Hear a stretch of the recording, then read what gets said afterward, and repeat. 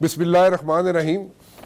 मैं चाहता ही हूँ जी कि आज कोई इनफॉर्मल आपके साथ शेयर करूँ चीज़ें, और एक ऐसे साहब है मेरे साथ मौजूद, बंदे शंदे नहीं खाते, वो बहुत अच्छे हैं। He is full of wit, humour and is an excellent person and very hard working, और एडवाइज़र है प्राइम मिनिस्टर के। ये मैं नहीं बताऊँगा किस चीज़ के, अभी थोड़ी देर बाद बताऊँगा। स्टेटस उनका फेडरल मिनिस्टर का है।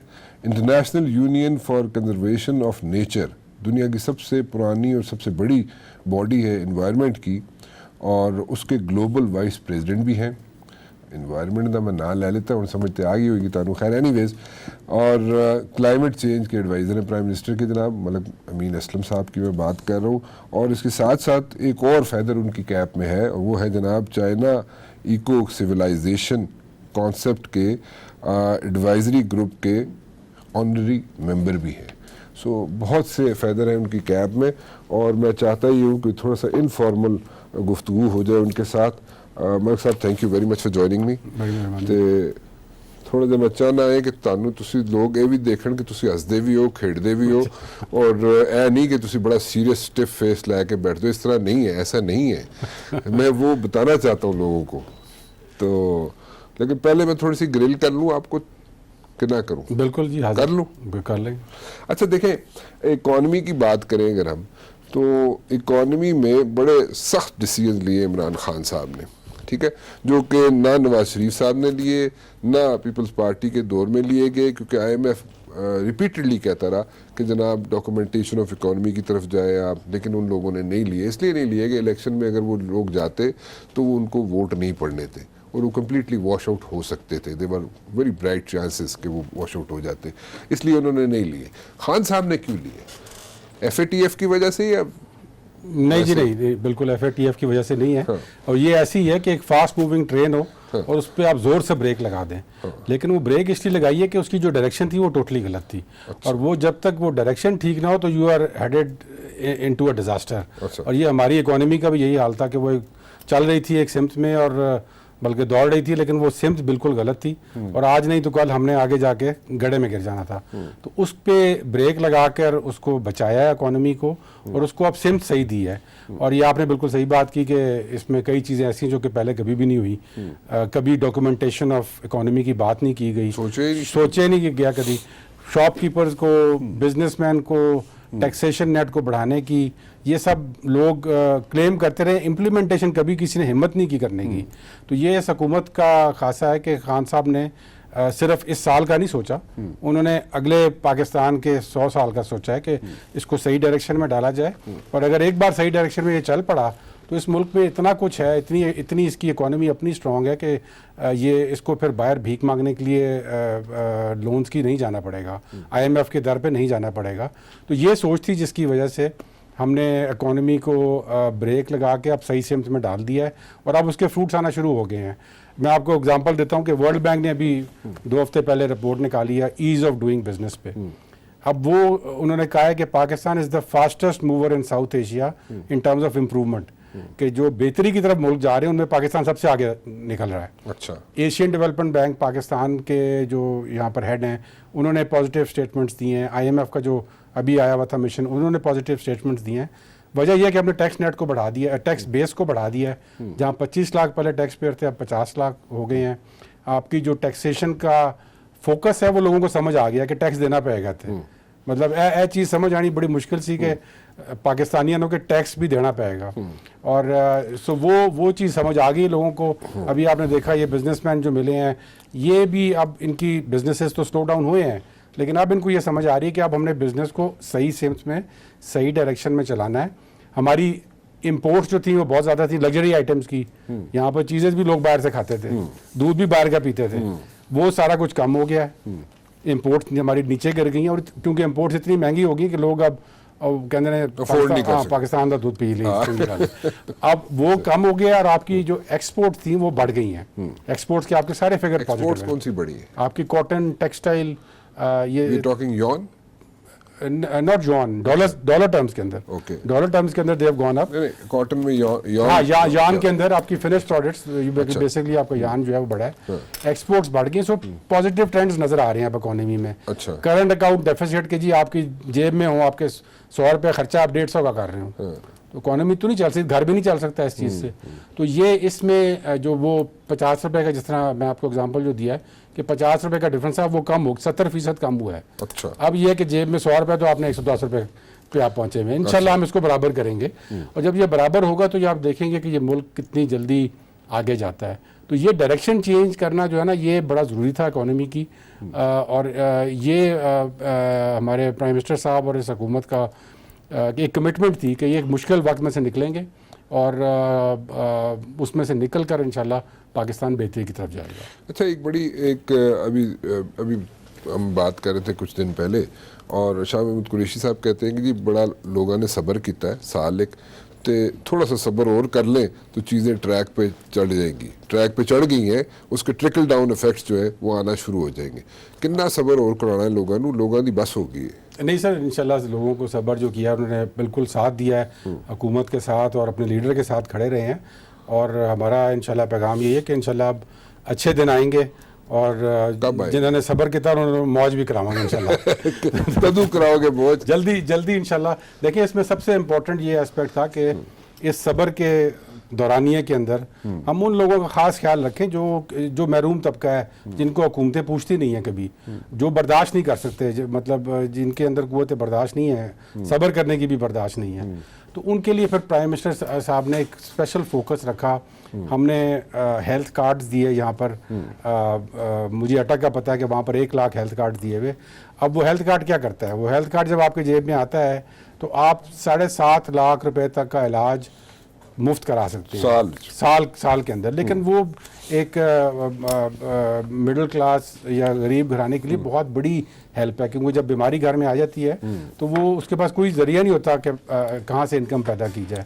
इसी तरह राशन कार्ड की स्कीम दे रहे हैं जिसमें आटा, घी और चीनी जो कि ज़रूरियात हैं उनको प्रॉपर उन पे आपको सब्सिडी दी जाएगी उस कार्ड के ज़रिए। ये इंशाल्लाह जल्द इंट्रोड्यूस होगी। ये तुसी नवी गल दस रहे? नवी गल दस रहे सर, इंशाल्लाह साढ़े इसको एलेबोरेट करें जी। राशन कार्ड में जी, जिस तरह बेनज़ीर इनकम सपोर्ट प्रोग्राम के तहत एक आपका एक डेटा बैंक बना हुआ है उन लोगों का जो कि गुर्बत की लकीर से नीचे हैं, ठीक है, तो उन लोगों के लिए हुकूमत ये प्रोग्राम एक बना रही है कि आप उनको राशन कार्ड दिए जाएंगे और जो ज़रूरियात की चीज़ें हैं, आटा है, घी है, चीनी है, जो उनको जिंदा रहने के लिए चाहिए, तो उन पे उनको सब्सिडी दी जाएगी। ओके। तो उसका मैकेनिज्म कैसे, हाउ विल दे ऑपरेट? ये उसका मैकेनिज्म अभी बन रहा है। ये एहसास प्रोग्राम जो प्राइम मिनिस्टर साहब ने अभी लॉन्च किया है उसमें 200 अरब रुपया रखा गया है। वो ऐसी स्कीमों के लिए रखा गया है और उसका टारगेट रखा गया वो लोग जिनको हुकूमतें से पहले पूछती भी नहीं थी। जो बेनज़ीर इनकम सपोर्ट में जो सर्वे हुआ है उसके मुताबिक जो गुर्बत की लकीर से नीचे है जी, उनको मिलेगा। उनको मिलेगा। और कब तक मिलेगा? ये इंशाल्लाह जल्द उसके अब वो बजट अप्रूव हो गया है। अच्छा। और इंशाल्लाह जल्द ये प्रोग्राम स्टार्ट होगा। तो ये वो प्रोग्राम थे। पनाहगाह स्कीम आपने देखी, यहाँ पर वो जो लोग शहरों में आते थे। एक मिनट पहले मैं इसको जरा समझना चाहूँगा। सो आप ये कह रहे हैं कि राशन कार्ड का एक नया सिस्टम इंट्रोड्यूस हो रहा है जो बेनज़ीर इनकम सपोर्ट के तहत जो गुर्बत से नीचे लकीर पे जिंदा रह रहे हैं लोग, उनको वो इंट्रोड्यूस कराया जाएगा राशन कार्ड सिस्टम, और वो उनको सब्सिडी मिलेगी ऑन एसेंशियल आइटम्स लाइक आटा, घी, चीनी, दाल, जो मतलब आपको so they can walk into any store and they can get the subsidy. हाँ जी, उसका जो और they have to go to the utility store. How will it work? मेरे ख्याल में यूटिलिटी स्टोर में भी होगा और नॉर्मल स्टोर्स के अंदर भी होगा, लेकिन उसमें वो उसका जो ऑब्जेक्टिव है वो ये है कि उन लोगों को जो कि ये सब्र बर्दाश्त नहीं कर सकते उनको हेल्प किया जाए और उनको खड़ा किया जाए। और फिर उसमें उस प्रोग्राम के अंदर बहुत सारी चीज़ें ऐसी रखी गई हैं जिसमें आपको सेल्फ सस्टेनिंग कर दिया जाए। छोटे कारोबार शुरू कर सकें आप, और वो कारोबार शुरू करके लोगों को this is a different scheme.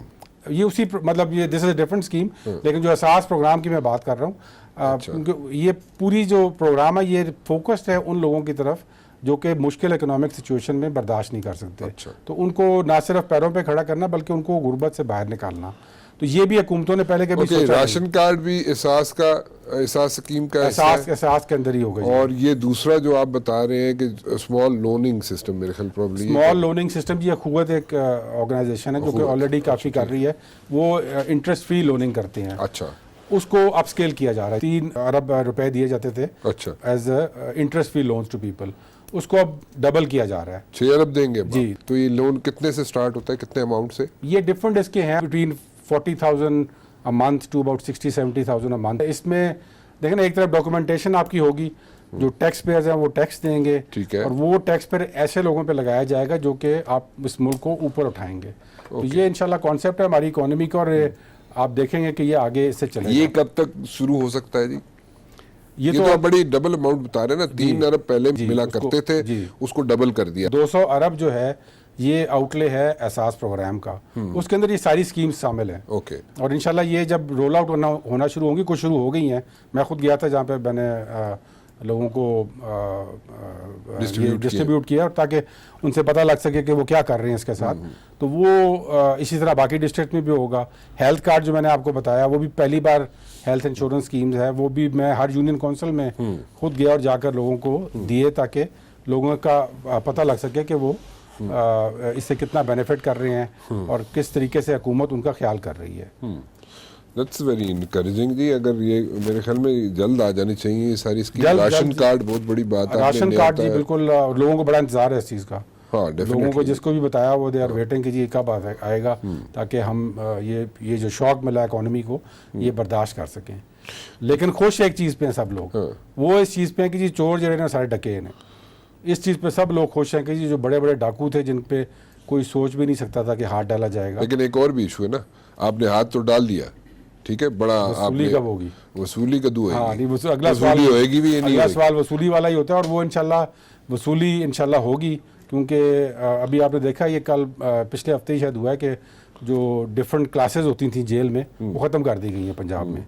अब पंजाब में एक ही क्लास होगी, वो लतरौड़ क्लास होगी। अच्छा। तो उधर से वसूली इंशाल्लाह ज़रूर होगी। अब अच्छा। अब वो जो एसी और टीवी और उड़ते मौसम वैसे ही ठीक हो गया, उड़ते एसी की लोड़ ही कोई नहीं। सर्दी भी तो आ रही है ना, ते अगे हीटर नहीं मिलणगे। हीटर नहीं मिलेंगे। ओके, चलो ये तो गल ठीक है, लेकिन फिर भी लोग उत्थे ही फंसे ने कि जनाब हाँ, होते नहीं, क्या बिल्कुल अगला मैं बिल्कुल आप कि अवाम की जनाब नब्ज़ वसूली पे- नहीं होएगी तो समझ अवाम नहीं की आएगी। नब्ज़ पे आपका भी हाथ है। वो अगला सवाल लोगों का यही होता है कि वसूली कब होगी। हाँ, वसूली और कब इनसे आप वसूली करें। हाँ, लेकिन आपने एमएलए जो लिखे थे, जो म्यूचुअल लीगल असिस्टेंस के लिए आपने ख़त लिखे थे मुख्तलिफ ममालिक को, उसमें से सिर्फ 3 ने आपको जवाब दिया, बाकी तो कोई आपके साथ कोऑपरेट ही नहीं कर रहा। देखिए ये बात तो प्राइम मिनिस्टर साहब ने जब अपनी तकरीर की उसमें भी उन्होंने बात की।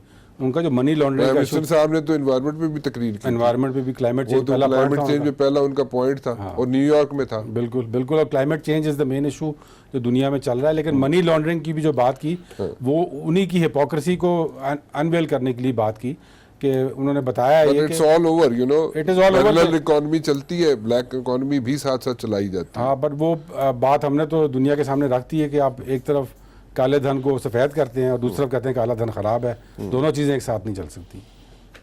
लेकिन तुसी एक और बड़ी वड्डी गल कर गए हो, तुसी कहते हो जनाब कि ये सारी क्लासेस भी ख़त्म हो जाएंगी, और राशन कार्ड की तो बहुत बड़ी आपने रिलीफ दी है आवाम को। ये जी, तो बड़ी- इंशाल्लाह बहुत बड़ी खबर दे दी आपने। इंशाल्लाह आवाम को रिलीफ मिलेगी इस चीज़ से। और ये जो क्लासेस हैं, ये तो पंजाब गवर्नमेंट ने अभी इशू किया नोटिफिकेशन 2 हफ्ते पहले मैंने देखा है। और उसके पीछे भी यही बात है कि ये गरीब के लिए एक और जेल और अमीर डाकू के लिए एक और जेल, ये ख़त्म होना चाहिए। तो ये ख़त्म हो जाएगा। ख़त्म हो गया है मेरे ख्याल में, नोटिफिकेशन तो उन्होंने इशू किया कर दिया था। नोटिफिकेशन से अमल दरामद होएगा या नहीं होएगा? इंशाल्लाह होएगा जी। ये ना नोटिफिकेशन इसी वास्ते होएगा कि अमल दरामद हो। ये ना बारो बार उत्थे को मुक पुका हो जाए नहीं, अंदर ही, नहीं, जेल के अंदर ही नहीं। नहीं पक्की गल? पक्की गल। एक ब्रेक ले लूँ मैं, ब्रेक लेते हैं जी, एक ब्रेक के बाद वापस आते हैं। मलिक अमीन असलम साहब हमारे साथ मौजूद हैं, और कुछ और बातें भी करना चाहूँगा कि इन्होंने अपनी मिनिस्ट्री में क्या किया है। एक छोटी सी ब्रेक के बाद।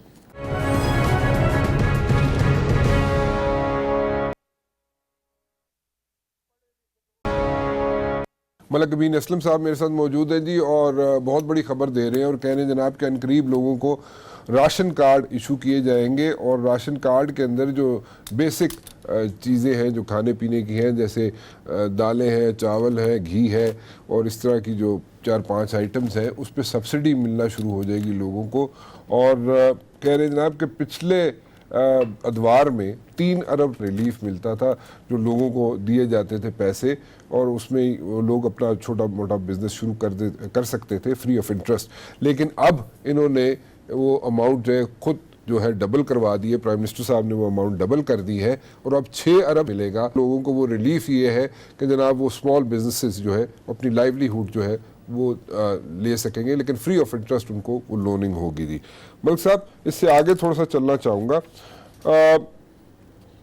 आपकी जो मिनिस्ट्री है वो उसमें क्या कर रहे हैं आप? इतने आपके पास फेदर है आपकी कैप में, आपके पास एक फेदर है जनाब जो कि international union of conservation of nature है, दुनिया की सबसे पुरानी और सबसे बड़ी बॉडी है एनवायरनमेंट की, उसके आप ग्लोबल वाइस प्रेसिडेंट भी हैं। तो इत्थे कम करने जो उत्थे इंटरनेशनली कम करने को फ़र्क है वे? देखें, एनवायरनमेंट का एक बड़ा मशहूर सेइंग है कि think global but act local. अच्छा, मतलब उत्ते जाके तुसी जो मर्जी सोच लो, अच्छा, कम थल्ले ही होता है। अच्छा, तो वो ये अल्लाह ताला ने एक मौका दिया है कि मुझे पाकिस्तान में जो थिंकिंग ऊपर की थी वो इम्प्लीमेंट करने का मौका मिल रहा है। तो इसमें हमने आपको बताऊं कि हमारी जो पार्टी है PTI, ये पहली पार्टी थी जिसने इस मुल्क में ग्रीन एजेंडा दिया। 2013 के इलेक्शन से पहले खान साहब ने मुझे ये टास्क दिया कि आप एक एजेंडा बनाएं ग्रीन। उनकी अपनी सोच जो है वो बड़ी ग्रीन है और वो चाहते हैं कि पाकिस्तान मैं आपको छोटा सा वाक़या सुनाऊं। हाँ, एक दफ़ा मैं उधर बनी गाला में था और प्राइम मिनिस्टर साहब उस वक्त प्राइम मिनिस्टर नहीं थे, तो उन्होंने मुझे कहा कि यार देख, ये मैंने नीचे खुद सारे पौधे लगाए हैं, ये बनी गाला की बात बता रहा हूँ मैं आपको। तो उन्होंने कहा ये सारे पौधे देख मैंने खुद लगाए। तो मैं कहा वो भी जानेंगे, प्रॉपरली ग्रो अप कर जाएंगे? नहीं नहीं, बड़े ग्रो अप करेंगे यार, ये तू देखता नहीं, ये बिल्कुल ग्रो अप कर देंगे। He is fond of that, he is fond of that. मैं आपको बताऊं कि मैं 2 वाक़े मैं आपको सुना देता हूँ। एक बार ये हेलीपैड तैयार हो रहा था बनी गाला के अंदर, अच्छा, वहाँ पे एक दरख्त काटना पड़ गया और मैं आई वांट विटनेस कि उनको कितनी तकलीफ हुई उस बात पे कि उसको किसी तरह से बचा लिया जाए और वो हेलीकॉप्टर लैंड कर सके बगैर दरख्त काटे हुए। फिर एक बार हम ये मकनियाल ये ऊपर गए, पीर सुहावा से ऊपर जगह, तो वहाँ पर रीजनरेशन हो रही थी हमारे बिलियन ट्री सुनामी की। वो जब उधर गए तो बहुत सारा मीडिया था साथ, और वो नीचे पौधे जो थे छोटे छोटे पौधे थे जो रीजनरेट हुए थे। वो खान साहब को सिर्फ ये फिक्र थी कि पौधों के ऊपर पैर ना आए किसी का, कि पौधे ना मर जाएं, वो इस एक्साइटमेंट की। So you know he is passionate about this, और ये पाकिस्तान इज़ लकी के ऐसे प्राइम मिनिस्टर हैं जो कि इनका पैशन है। लेकिन उन्हें दुख भी बड़ा हुआ जो यहाँ पे आए थे ना, इंडियन एयरक्राफ्ट आए थे। हाँ जी, वो देखें उसमें नहीं, वो तो देखे ना, उसमें बड़ा जुल्म किया जो उन्होंने जुल्म किया। और हमारे ये आपको मैं बताऊं कि ये कितने दरख्त दुनिया की 19 दरख्त थे जी। ओहो हो, उसकी हमने प्रॉपर एक एनवायरनमेंट 19 दरख्त डैमेज किए जो इंडियन यहाँ पे हमला हुआ था। हाँ, कोशिश की गई, जहाज लेकर आए और उन्होंने 19 दरख्त मारे, और उसके ऊपर प्राइम मिनिस्टर साहब ने इसको रेज किया वहाँ पे UN जनरल असेंबली के अंदर भी, और मैं उसको बड़ी तालियां बजी जी, उस पर बड़ी तालियां बजी। और वो उन्होंने अफसोस का इजहार किया। ये ग्लोबल कॉन्फ्लिक्ट का पहला वाकया है। ये पहला वाकया है ग्लोबल वॉरफेयर का जिसमें एक मुल्क ने दूसरे मुल्क पे हमला किया हो और सवाए दरख्तों की और कोई चीज़ ना मारी हो। तो ये is a very unique case. और काम ही मरे इसी वजह से। एक काम बेचारा भी वो शायद सदमे नाल ही मर गया। सदमे नाल मर। लेकिन ये केस इसको मैं भी हमने लेकर गया, ये UN एनवायरनमेंट असेंबली थी, उधर मैंने इसको पेश किया ऑफिशियली। और उसके बाद जो एक 19 दरख्त जो डैमेज हुए हैं। अच्छा। और उसके ऊपर एक जो बन रहा है United nation centre for law है, जो कि लॉज ऑफ वॉरफेयर को अमेंड कर रहा है। इन लॉज को उसमें आप डाल दिया एज अ कंसिडरेशन के एनवायरनमेंट का जो डैमेज होगा this will be considered a war crime. अच्छा। और ये हमारा जो इंडिया के खिलाफ हमने इको टेररिज्म एक नवा केस इंडिया के खिलाफ के वॉर क्राइम्स आ जाएगा, शामिल हो जाएगा दरख्त डैमेज हो 19। जी बिल्कुल। और असी इंडिया नो इको टेररिस्ट समझते हैं मोदी नो। अच्छा। हाँ, स्टेट टेररिस्ट है ही है लेकिन इको टेररिस्ट भी है। और ये इसकी बात UN एनवायरनमेंट असेंबली में भी की थी, ऑफिशियली उनको पेश भी किया है। और जब खान साहब ने ये बात की है वहाँ पर तो आपने देखा कि सारी दुनिया ने क्लेम किया इसको कि जी ये नहीं चलेगा। तो दरख्तों से मुझे भी प्यार है, खान साहब को भी प्यार है, और पाकिस्तानियों को भी इंशाल्लाह हमने कोशिश करने की उनको अपने दरख्तों से प्यार करें और उनको बढ़ाएं। तो हमारा एनवायरनमेंट और क्लाइमेट चेंज के अंदर मुल्क जो है बड़ा मुतासर है। हम दुनिया के पहले टॉप 10 मुल्कों में आते हैं जो कि क्लाइमेट चेंज से मुतासर हो रहे हैं। आप देखें यहाँ पर पिछले 5-6 सालों में अगर आप देख लें, जो आपको याद होगा कि 2010 और 11 में यहाँ पर सुपर फ्लड्स आए क्लाइमेट चेंज की वजह से। 2012 में कराची में एक ऐसी हीट वेव आई जिसने एक हफ्ते में 1200 लोगों को मार दिया। 2018 पिछले साल दुनिया का जो सबसे गर्म स्पॉट था वो पाकिस्तान में था, जैकबाबाद में था, जिसके ऊपर टाइम मैगजीन ने इस अपने लीड स्टोरी लगाई है। लेकिन एक और यहाँ पे हीट वेव आ रही है 27 को। हाँ जी, वो 27 को जो हीट वेव आ रही है उसके लिए तैयारी हो मौलाना रही है। फजल रहमान साहब लेके बिल्कुल उनके लिए हलवा तैयार किया जा रहा है। किया है? बिल्कुल ज़बरदस्त हलवा तैयार है। अच्छा, हाँ, वो आ जाएंगे यहाँ पे? वो बिल्कुल आएंगे जी यहाँ पर और वो हलवा खा के ही जाएंगे यहाँ से। अच्छा, हाँ। तो आपको कोई फर्क नहीं पड़ता पीटीआई को? नहीं, पीटीआई को क्या फर्क पड़ना है जी इस चीज़ से। देखिए तो तुसी हलवा खवाने से लगे रहोगे। एक इशूलेस कैंपेन चल रही है। अच्छा। उन्होंने एक इशू बनाने की कोशिश की थी और उसको तो बिल्कुल जब खान साहब ने वहाँ पे तकरीर की, और मैं समझता हूँ कि ये पाकिस्तान क्या हम सब का फ़ख्र है कि अल्लाह ताला ने हमारे लीडर को चुना कि जो तहफ़्फ़ुज़ नामूस रसालत का इशू है वो यूएन की असम्बली में पहली बार उठा है, यूएनजीए में, और ये हमारे लीडर ने वहाँ पर उठाया है। और उससे जो उन्होंने एक कैंपेन आपने देखा होगा चलाई हुई थी इस इशू के ऊपर, वो उस बारे में से सारी हवा निकल गई है कि वो अब उनको समझ नहीं आ रही कि इशू क्या रखें सामने लोगों को ले जाने के लिए। तो हमने उनको इशू बता दिया कि ना करो इस तरह, तुसी तो बिल्कुल ही मौलाना साहब ने जीरो करने के चक्कर च इतने जीरो नहीं है मौलाना साहब। सर अगर जीरो ना होंगे तो असेंबली वो कहते हैं बाई जी, नंबर कोठी मौलाना साहब कहते हैं कि मेरे पास 1 लाख पर्सनल गार्ड है, नंबर 1, और वो कहते हैं 12 से 15 लाख बंदा मैं लेके आऊंगा यहाँ पे। मुझे उसकी डिटेल चाहिए, मैं एक ब्रेक ले लूँगा, एक कंपल्सन है, एक ब्रेक लेता हूँ जी, उसके बाद हाजिर हूँ। मलक अमीन असलम साहब मेरे साथ मौजूद हैं जी, और कह रहे हैं मौलाना फजल रहमान साहब आ जाए, कोई फ़र्क नहीं पड़ता, ये उनके लिए हलवा तैयार करके बैठे हुए हुकूमत वाले। तुसी तो हलवे खुआ रहे हो मौलाना साहब नू, ये तो तुसी तो बिल्कुल मौलाना साहब you taking it very easy. आलम दीन भी हैं, हमारे बुजुर्ग भी हैं, लेकिन ये इशू के बगैर इस्लामाबाद पे चढ़ाई करना, इसका मुझे तो समझ नहीं आ रहा क्या वजह क्या है कि मतलब व्हाट इज़ द इशू।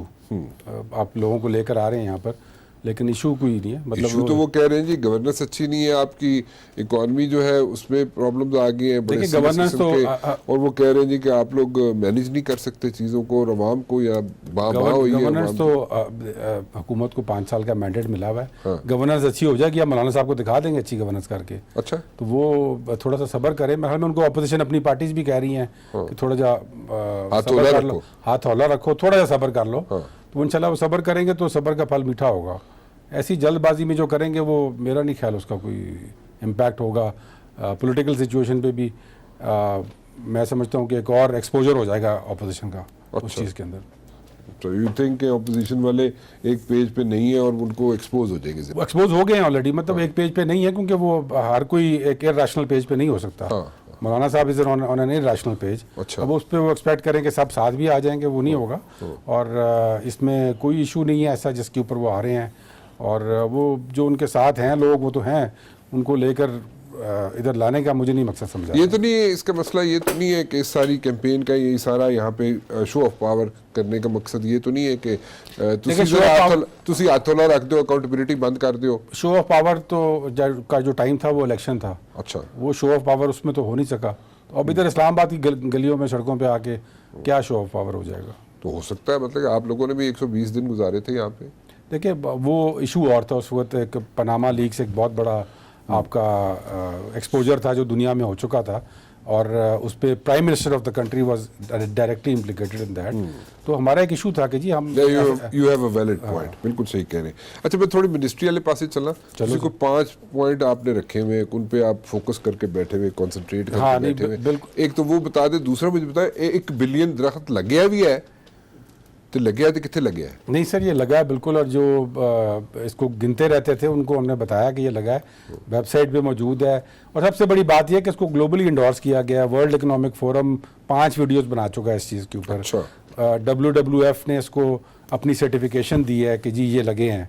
अच्छा। IUCN का जो इदारा है उसने इसको क्लेम किया है कि ये बायोडाइवर्सिटी को भी इसने बेहतर किया है। उसके बाद बॉर्न चैलेंज जो दुनिया का एक इदारा है जो कि दरख्त गिनता है, उन्होंने कहा कि जी सबसे जल्दी और सबसे आसान तरीके से KP प्रोविंस ने अपना target. It's all on the net. It's all on the net. FAO अभी रिसेंटली रिपोर्ट निकली उनकी 3 हफ्ते पहले, जिसमें उन्होंने ये कहा है कि केपी का जो फॉरेस्ट कवर है वो पहली बार 6% बढ़ा है। इससे पहले हमेशा वो कम होता रहा है जब से पाकिस्तान वजूद में आया, लेकिन पहली बार केपी का फॉरेस्ट कवर 4 साल में 6% बढ़ा है because of billion tree tsunami. तो इसको तमाम दुनिया ने माना है, और तभी ये अब यूएन जनरल असेंबली में भी इसका बड़ा चर्चा था। और अब इंशाल्लाह हम 10 अरब दरख्त लगाने का ख्वाब हमने, कितने अरसे में?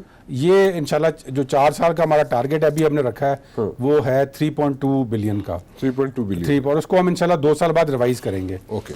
वजह उसकी ये है कि अच्छा, ये कौन से दरख्त है वैसे? इसमें जी क्योंकि 15 इस्लामाबाद जब बना था, क्योंकि मैं इस्लामाबाद में रहता हूँ, जब बना था तो यहाँ पे एक इशू आ गया था। बिल्कुल वो आया था। इन्होंने ऐसे दरख्त लगा दिए जिससे एलर्जी, वो मलबरी की एरियल स्प्रेइंग की गई थी क्योंकि वो क्विक ग्रोइंग ट्री था। लेकिन हमने सारे इंडिजिनस ट्रीज रखे हैं इसके अंदर। अच्छा। जो लोकल एरियाज के हर डिस्ट्रिक्ट के अपना एक डेटा बैंक बनाया है और वहाँ पे वो दरख्त लगाए जाएंगे according to the environment. According to the environment इंशाल्लाह लगाएंगे, ताकि वो फ़ायदा। हमारे इस प्रोजेक्ट में बड़ा मुश्किल था क्योंकि इसके 7 प्लान बनाने पड़े हमें। चारों प्रोविंसेस के, GB, AJK और इस्लामाबाद का, सब ने अपने अपने प्लान बनाए हैं। उसमें मुख्तलिफ हैं। मैंग्रोव प्लांटेशन जो है हमारे सिंध के प्रोविंस में ज़्यादा होगी। इस तरह अर्बन फॉरेस्ट्री है वो बड़े शहरों में होगी। प्लांटेशन फॉरेस्ट पंजाब में होंगे। नेचुरल फॉरेस्ट उनकी रीजनरेशन KP के अंदर होगी। तो डिफरेंट मॉडल्स हैं और ये इंशाल्लाह बहुत बड़ी प्लानिंग करके तुम दरख्त ला रहे हो। सर एक सेइंग है कि if you fail to plan you are planning to fail. तो इंशाल्लाह हमने ये इसको सक्सेस बनाना है, क्योंकि ये विजन है हमारी गवर्नमेंट का भी, हमारे प्राइम मिनिस्टर साहब का भी, और इसको हमने कामयाब करना है। इसके लिए हमने पूरी प्लानिंग की है। काफ़ी मीटिंग्स करनी पड़ी हैं क्योंकि प्रोविंसेस को आदत, प्रोविंशियल जो फॉरेस्ट डिपार्टमेंट्स हैं उनको आदत नहीं है काम करने की, तो उसी तनख्वाह जो उन्होंने कम लेना बड़ा मुश्किल काम है। तो सोसाइटियाँ भी बड़ी बैन करा छोड़िए सर। सोसाइटीज़ जो हैं वो हम कहते हैं कि वो बिल्कुल ज़रूर बने, लेकिन जिस तरह एक हमने कैबिनेट ने डिसीजन बन रही थी सोसाइटीज़, उनको आपने बैन करवाया। बिल्कुल, कैबिनेट ने ये डिसीजन किया है कि हम सोसाइटीज़ ये नहीं चाहते कि सोसाइटीज़ हमारी एग्रीकल्चरल ज़मीन खाती जाएं और एंड में हम खाने के लिए ना रह जाए, सोसाइटियाँ रह जाएं सिर्फ। तो इसीलिए हमने कैबिनेट ने ये डिसाइड किया कि जो आपकी सिटीज़ हैं उसमें आप वर्टिकल ग्रोथ करें। और पहले रिस्ट्रिक्शंस लगी हुई थी पता नहीं किसी ज़माने की कि यहाँ पर आप वर्टिकल बिल्डिंग्स एक हाइट से ऊपर ना बनाएं, तो वो सारा कुछ स्क्रैप किया है। अब यहाँ पर इजाज़त है कि आप वर्टिकल जा सकते हैं। वजह यही है कि आप एनवायरनमेंट को बचाएं और वो जो आपकी जो एग्रीकल्चर लैंड है उसको आप बचाएं और वहाँ सोसाइटियों की इंक्रोचमेंट ना हो। तो इसलिए हम एक एनवायरमेंटल अप्रूवल के बगैर अब कोई सोसाइटी यहाँ पर नहीं बनने देंगे इंशाल्लाह। तो ये हमारा पहला, जो आपने 5 पॉइंट्स पूछे, पहला पॉइंट हमारा ये 10 बिलियन ट्री का जो प्रोजेक्ट है जिसकी पूरी प्लानिंग हो चुकी है, फंडिंग आ चुकी है। दूसरा, हम इलेक्ट्रिक व्हीकल की पॉलिसी पाकिस्तान में लेकर आ रहे हैं। अच्छा। ये इलेक्ट्रिक गाड़ियाँ इस वक्त दुनिया में शिफ्ट हो रही हैं, normal cars towards electric vehicles, और पाकिस्तान टोटली आउट था इस गेम से। तो इसमें हमारी मिनिस्ट्री ने काम किया है, एक पॉलिसी बनाई है, काबीना उसको भेज दिया है, इंशाल्लाह वो जल्द अप्रूव होगी, जिसके ज़रिए एक नई आपकी इकॉनमी जो है वो जनरेट होगी। इसके साथ यहाँ पर रिक्शाज, मोटरसाइकिल्स वो बनेंगे। उनकी हम चाह रहे हैं कि मैन्युफैक्चरिंग यूनिट्स पाकिस्तान में आएँ। चार्जिंग स्टेशन जहाँ पर CNG 3000 CNG स्टेशन इस वक्त बंद पड़ा हुआ है, हम चाहते हैं कि वो सब कन्वर्ट हो जाएं टुवर्ड्स इलेक्ट्रिक चार्जिंग स्टेशन। अच्छा। और इससे आवाम को ये फ़ायदा होगा कि जब इलेक्ट्रिक गाड़ी होगी उनकी या इलेक्ट्रिक मोटरसाइकिल होगा, उसकी रनिंग कॉस्ट इज़ 1/3। अच्छा। तो 2/3 पैसे आपके बचेंगे और हमें फ़ायदा ये होगा कि उसकी जो पोल्यूशन है वो भी 1/3 होती है, तो वो हमें मदद देगी। तो ये दूसरी चीज़ है। तीसरा, हमने यहाँ पर एक बहुत बड़ी प्रॉब्लम थी प्लास्टिक शॉपर बैग की, तो उसकी एक लेजिस्लेशन लेकर आया हमने, इंटरनेशनल मॉडल स्टडी किए। अब यहाँ पर प्लास्टिक शॉपर जो इस्लामाबाद में बैन कर दिया गया है। अच्छा। और वो काफ़ी कामयाब रहा है तजर्बा, उसकी लोगों की तरफ से बड़ा अच्छा रिस्पॉन्स है। चौथा, हमारा एक जो एक क्लीन ग्रीन इंडेक्स हम एक बना रहे हैं, जिसमें हम 20 जो बड़े शहर हैं उनको हम जज करेंगे according to how they manage their solid waste, liquid waste. सारी दुनिया जड़ी गार्बेज तू पैसे बढ़ा रही है, ऐसी पैसे लांदे होते ऐसी पैसे लांदे, मतलब ये मॉडल हमें चेंज करना है और इंशाल्लाह हो जाएगा, क्योंकि ये नेचुरल मॉडल है। कब तक? ये हम तो देखें फेडरल गवर्नमेंट में एक फ्रेमवर्क दे सकते हैं, एडवाइस दे सकते हैं, गाइड कर सकते हैं। उसके लिए हम वो बना रहे हैं क्लीन ग्रीन इंडेक्स, ताकि शहरों का आपस में कंपटीशन हो और फिर उनको रिवॉर्ड किया जाए इस चीज़ के अंदर। और पांचवा और आखिरी सबसे जो इंटरेस्टिंग है वो एक रिचार्ज पाकिस्तान के नाम से हम एक व्हाट्स दैट? रिचार्ज पाकिस्तान का मकसद ये है कि आप इस पानी से ड्रॉ आउट तो कर रहे हैं, हमारे 10 लाख ट्यूबवेल लगे हुए हैं जो इसमें से पानी निकाल रहे हैं इस वाक़ में से, लेकिन वापस हम पानी इसमें उस तरह नहीं डाल रहे जिस तरह डालना चाहिए। ठीक है। रिचार्जिंग द ग्राउंड वाटर और उस इकोसिस्टम को रिस्टोर करने के लिए। Very nice. हाँ, ये वेरी, मतलब ये मैंने तो जब ये रिपोर्ट अभी मैंने रिसेंटली देखी हैं रिपोर्ट्स, एक जगह पे उसमें ये जिक्र था कि 1970s की रिपोर्ट थी कि this is like the 8th wonder of the world, अच्छा। जो पाकिस्तान के नीचे है। और वो कभी इस पे किसी ने काम ही नहीं किया। काम ही नहीं हुआ इस पे जी, मतलब आप यहाँ पे कब हुआ तक हुआ है शुरू काम, करें? लेकिन इस पे इम्प्लीमेंटेशन नहीं हुई। इम्प्लीमेंटेशन नहीं हुआ। तो हम इंशाल्लाह इसका हमने चाइनीज़ गवर्नमेंट से भी हम ये बात करेंगे क्योंकि वो ये काम कर चुके हैं चाइना में। और हमने ग्रीन कार्बन फंड है, उसको भी प्रोजेक्ट बनाकर WWF के थ्रू भेजा हुआ है। अच्छा। तो इंशाल्लाह हमें उम्मीद है कि one of them will strike और फिर इस पे काम होगा। ये पाकिस्तान की आई थिंक बहुत ज़रूरी चीज़ है। तो ये जो अच्छी पांच बात हमारे कॉन्सेप्ट है, मैं आपको जो इंपॉर्टेंट चीज़ बताना चाहता हूँ कि इनकी वजह से जो आपकी क्रेडिबिलिटी बनी है इंटरनेशनल पार्टनर्स के अंदर, उसका एक इंडिकेटर ये है कि इस हमारी मिनिस्ट्री में इस साल के अंदर रिकॉर्ड फंडिंग आई है एज ग्रांट्स। अच्छा। मतलब लोन नहीं, वो पैसे उन्होंने दिए और उन्होंने कहा कि आप प्रोजेक्ट करें। और $150 मिलियन तकरीबन 20 अरब रुपया बनता है, उन्होंने ग्रांट में दिया है इस मिनिस्ट्री को ग्रांट में? इन 1 ईयर।